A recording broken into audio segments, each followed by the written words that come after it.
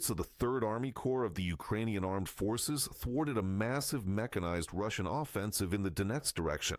The soldiers reported that armored vehicles, motorcycles, and ATVs were hit and destroyed, and enemy infantry was eliminated. The situation remains difficult, but under control in the Pokrovsk area as well. Ukrainian National Guard members said that Russian occupiers continue their unsuccessful attempts to enter the city in small groups, but the assault troops, drone operators, are eliminating them with precise drops. According to military experts, the enemy suffers enormous losses on the front every day. We can see that the start of this campaign, the beginning of this stage of offensive actions by the Russian Federation forces, probably since the beginning of the war, after the start of the full-scale invasion in 2022, has already, by our modest estimates, become the bloodiest for the Russian occupiers in terms of losses. In terms of the resources spent that did not pay off, it is probably the most difficult period during the full-scale invasion, because the Russians have really lost, in just a few days, by modest estimates, more than 8,000 of their personnel. According to the General Staff of the Armed Forces of Ukraine, since the beginning of the day, it is specifically on the Pokrovsk bridgehead that the defense forces have repelled the most attempts by the Russian occupation army to break through Ukrainian positions. It was also intense on the Huliai-Pol and Kostiantinovka sections of the front. Ukrainian soldiers say that Russian occupiers try to hide in surviving buildings, wade into the water, but FPV drone operators find and eliminate enemy infantry, even there, where the Russians think they're safe. Personally, I don't think these are signs of the start of a strategic offensive operation. To be perfectly honest with you, I would have to say this is just the sheer agony and struggle of the winter campaign, because the Russian military command fully understands that with the limited resources they have left from the operation, they simply can't achieve the broad strategic goals and objectives they originally set out to achieve. In the Kherson region, the Russians are still trying to cross the Dnipro River in boats.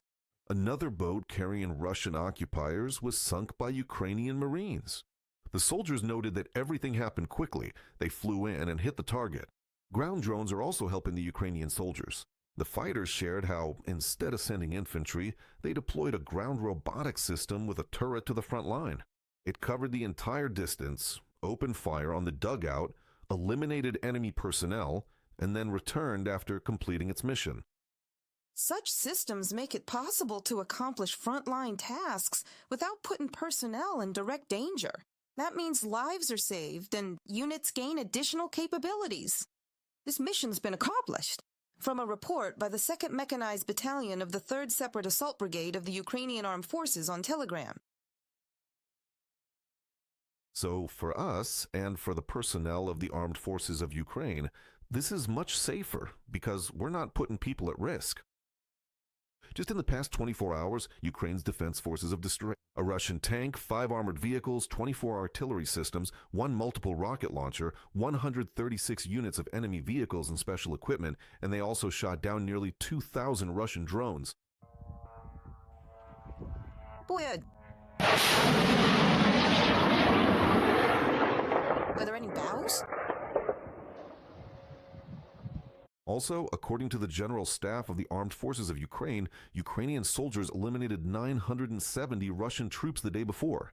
Thus, the total losses of the Russian army since the start of the full-scale war have already exceeded 1,288,000 soldiers. So, we'll be discussing this topic and, in fact, everything happening at the front with our guest, who is already joining us. Ihor Romanenko, founder of the charitable foundation We Will Close the Sky of Ukraine, Lieutenant General. Hello, Ihor Alexandrovich. Greetings. Dria. Hello. Hello. Ihor Alexandrovich. Ihor Alexandrovich, the Russian Federation is planning to deploy 4 ground-based drone control stations on the territory of Belarus. How is all this supposed to work, in your opinion, and who is most at risk? Is this already, as they say, a message to the European countries, to NATO countries, first and foremost those bordering Belarus and the Russian Federation? Or, as they say, is the Russian Federation trying to encircle Ukraine from the air? It's actually both. Of course, it's important to understand where the threats are more significant. And first and foremost, this needs to be analyzed for ourselves, for Ukraine, for Ukraine's defense forces. And these kinds of approaches already exist, meaning certain stations, certain technical devices that help guide unmanned aerial vehicles, and even use drones. Belarus is keeping quiet about it, but technically, they have been providing support for guiding Russian drones. And Defense Minister Fedorov mentioned that about 2 weeks ago, give or take, there was a statement about this kind of thing. The threats were neutralized. They didn't say how, and that's understandable. From a military standpoint, what's important is that it's effective, that it gets carried out. I think they'll find ways to make sure Belarus and Russia don't get off scot-free. But one way or another, these threats, their potential is being reduced.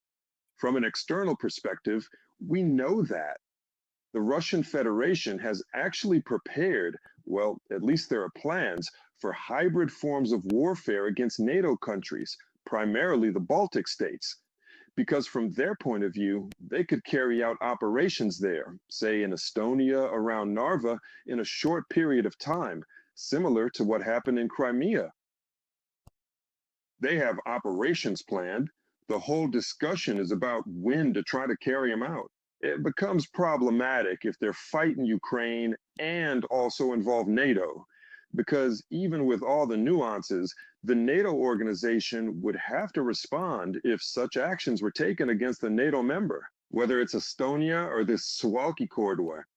But Russia, well, it's clear that Putin, they see that if the war ends, if suddenly he negotiates with Ukraine, which he isn't willing to do anytime soon, with Iran, oil prices have gone up for him. So he's getting more money to keep the war going.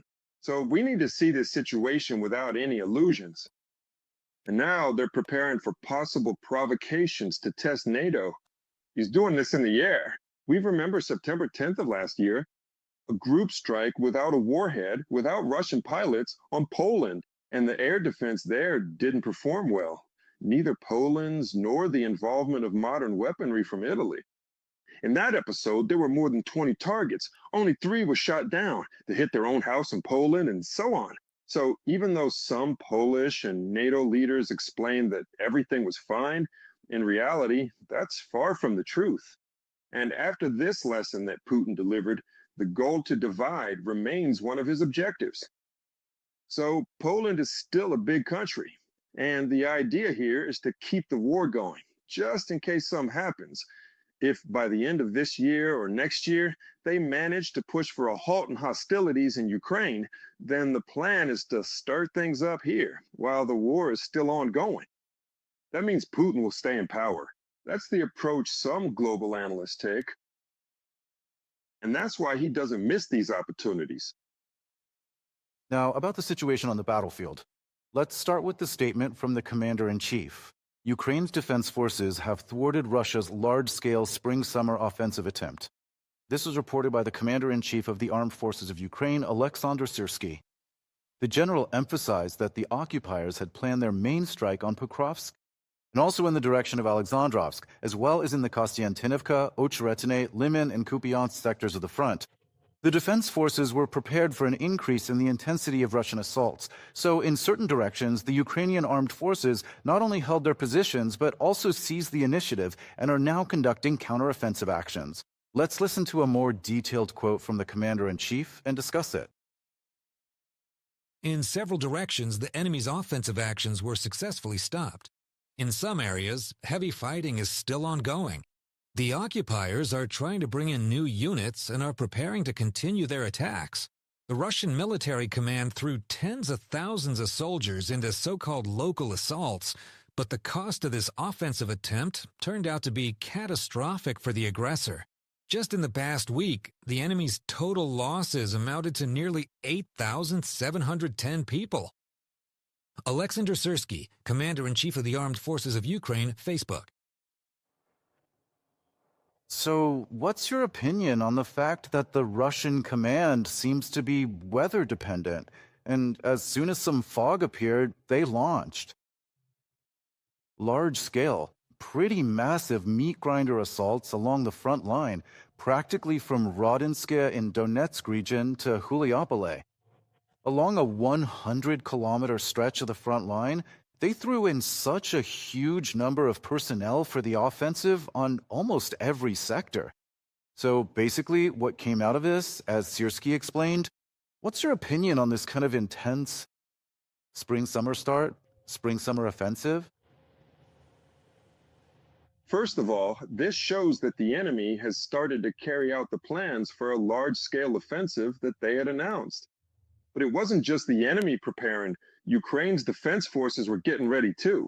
We remember that General Siersky himself, about a month and a half ago, spoke about active defense.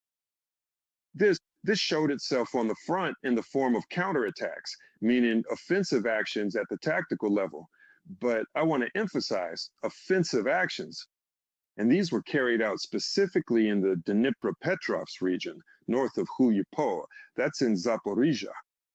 And there, about 10 days ago, counterattacks were carried out in the Lyman direction.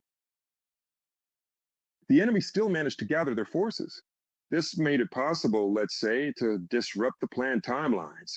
And not only that, in fact, overall, the offensive actions of the Russian Federation, which I agree with you, once the roads improved, they decided to step up their operations, because infiltration actions are aimed at slow but still steady advancement forward. This does not satisfy the Russian military and political leadership, so the task is to conduct operations more intensively. And that means, in order to make such a push in advance and so on, they need to use armored vehicles, which is exactly what they've been trying to do lately, like on the 17th. However, these preemptive actions definitely took place. At first, it looked like reconnaissance by combat. Companies with armored vehicles are attacking. The goal is to identify weak spots and concentrate their forces, which aren't as numerous as they'd like, in order to push forward. The losses also reflect the situation when the enemy is on the offensive, and naturally the number of casualties increases. It adds up to more than 30,000 per month. If things keep going this way, it could reach 35,000. And here the question arises, these are their losses. But what about reinforcements? Are there problems with replenishment? Borisov is pushing for Putin to declare full mobilization. So they have to look for other ways. They know about the effectiveness, for example, and want to strengthen their drone units. But for that, they need pilots, drone operators. And they're trying different methods to replenish their ranks. They're rounding up students who are behind on their exams and everything else. They're looking for ways to solve these issues, and that's why these offensive actions, which they've already started, are different from the plans they had drawn up before this offensive. And the more this happens, the more it shows that the defense forces have prepared in their own way for these kinds of actions. And for the enemy, this is turning into serious losses and only minor gains in terms of advancement.